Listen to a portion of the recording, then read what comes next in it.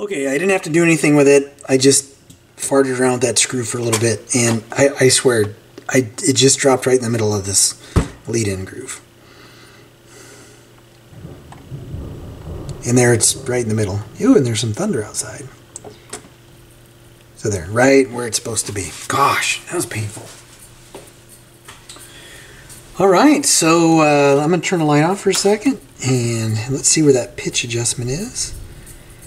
Let's see, I'm going to go, so it's 1, whoops, let's try that again. 1, about 1 3/4, so if I back it off to about 0.75, what I want to do is get this pitch adjustment wheel kind of in the middle. There are 2 variable resistors underneath, and I will show them to you here real quick. And I need to take that off because I'll show you what I'll be turning to adjust that. So on that board where the pitch control is, right here, you have an adjustment, a variable resistor 1 for 45, or I'm sorry, 1 for 33 and 2 for 45. So I'm going to very carefully put a screwdriver in there. I had an adjustment tool that was plastic and I don't know what happened to it. But I don't want to short anything out, so I'm going to have to come up from underneath and then adjust the speed for each one of those. So what I'll do is I'll start it, I'll get up underneath where this goes, and then I'll turn it and I'll watch the strobe until it is right in the middle, where the strobe is good. And I think I may have covered the pitch adjustment pots. Yep. So I'm going to have to kind of move this over here. And I'm going to have to manually start it. And get this up underneath here.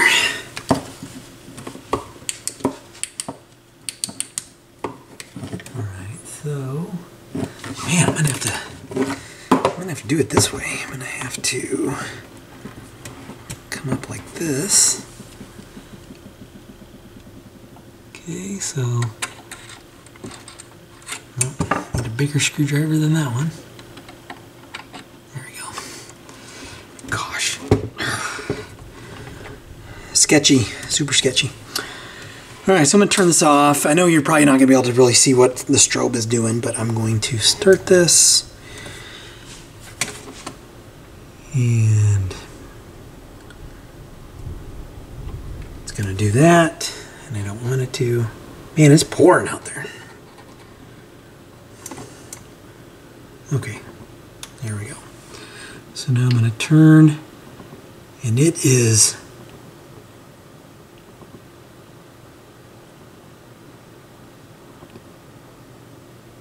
pretty steady right there. Okay, so 33 is good. I'm going to do 45.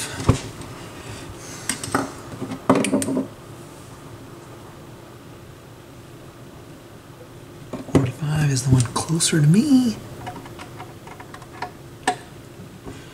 All right. Same procedure. Speed's on 45. Turn that pot.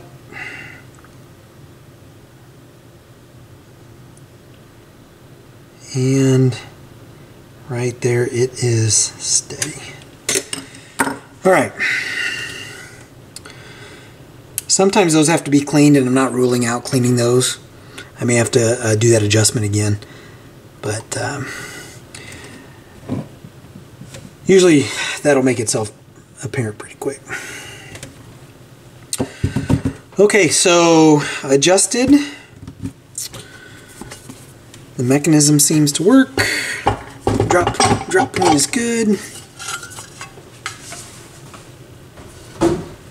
So this is the cartridge that will stay on it. It's an Audio-Technica 3600L, AT3600L, which I think is a phenomenal cartridge for the money.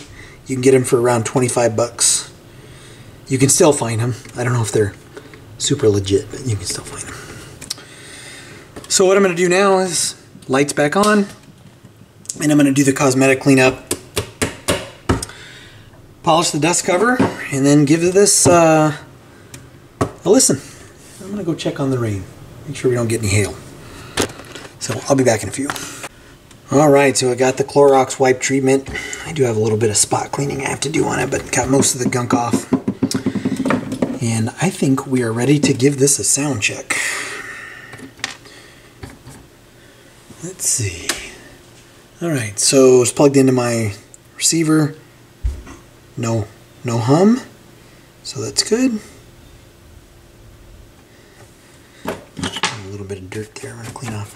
Again, bad thing about those Clorox wipes is they leave a lint. So I usually have to brush everything down when I'm done. So let's give it a spin. Gotta put it to 33. And I was hitting this button, so it's probably going to cycle through. And let's turn this. Okay, so that's good. Game over to the spot. Ooh. A little too loud there. Gotta turn that down. Don't want to get a copyright hit. Gotta check that weight. I think that might be a little too heavy. I'll get my scale out too and measure it.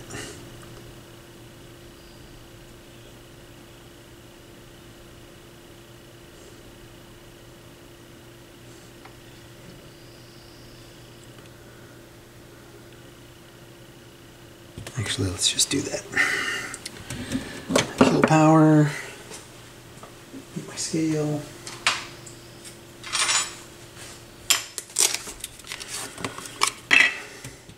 So you run these 3600Ls pretty heavy. I usually do 2.5 grams. So let's see where this is. 2.2, yeah, so a little bit heavier.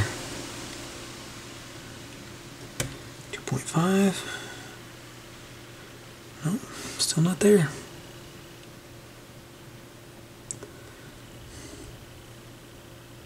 2.6, 2.5. All right, back it off just a little tiny bit and call it good. All right. I may have to adjust that drop point again. Adjust. It's been hot. 87 in my garage, although that rain cooled it down a little bit. Pretty warm one today. I've been out here for too many hours today.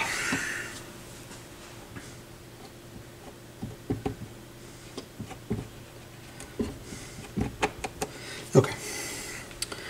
Let's try it again. So let's turn it up a little bit. Hit start. Oh, gotta plug it in. And I think that's gonna reject it, because that would have been the second time I hit that button. Oh, okay.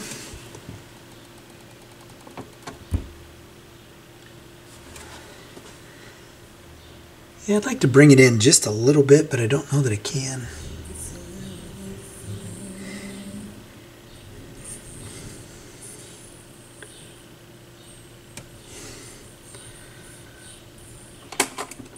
Alright, I'm going to mess around with this a little bit. Plus this cartridge doesn't quite look straight in here.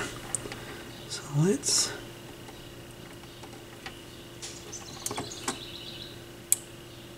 make sure this is aligned the way it's supposed to be. Okay, so the head was actually sitting a little crooked and a little too far forward. So I've realigned that. What I didn't check though was what happens at the end of a record, and it picks up.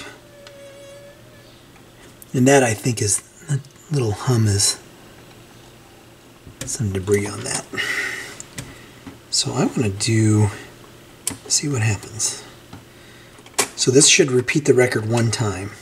I'm not going to go through all 6. So there it drops. Yeah, I still got to move that in a little bit. I got to figure out how to do that. So let's see. End of the record. Is it going to repeat?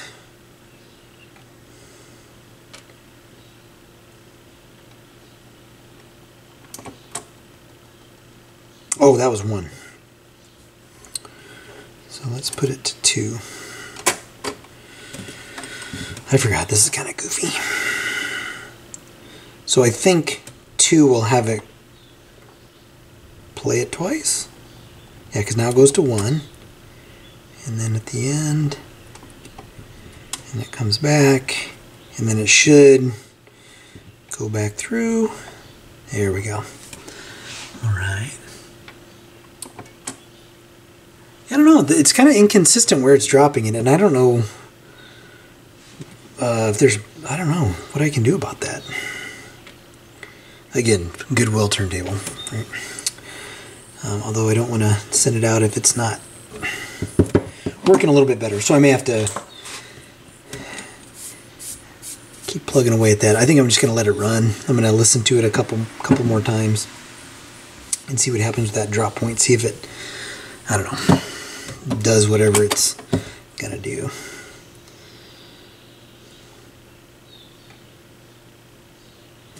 Then it should stop.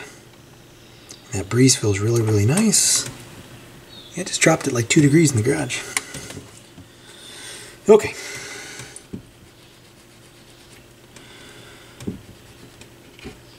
So what I'm gonna do now is, man, I need my toothbrush, clean that off. Sorry, cosmetic stuff drives me crazy.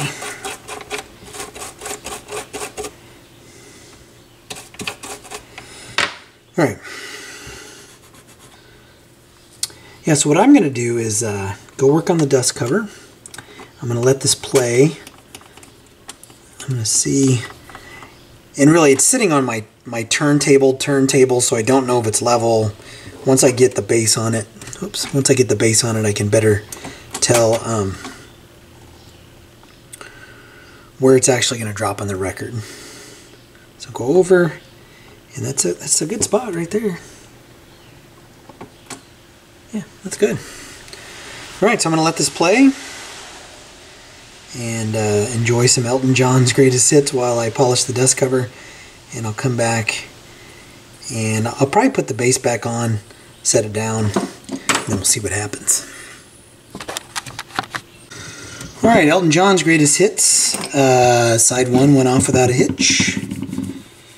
So that's good. And here is the dust cover.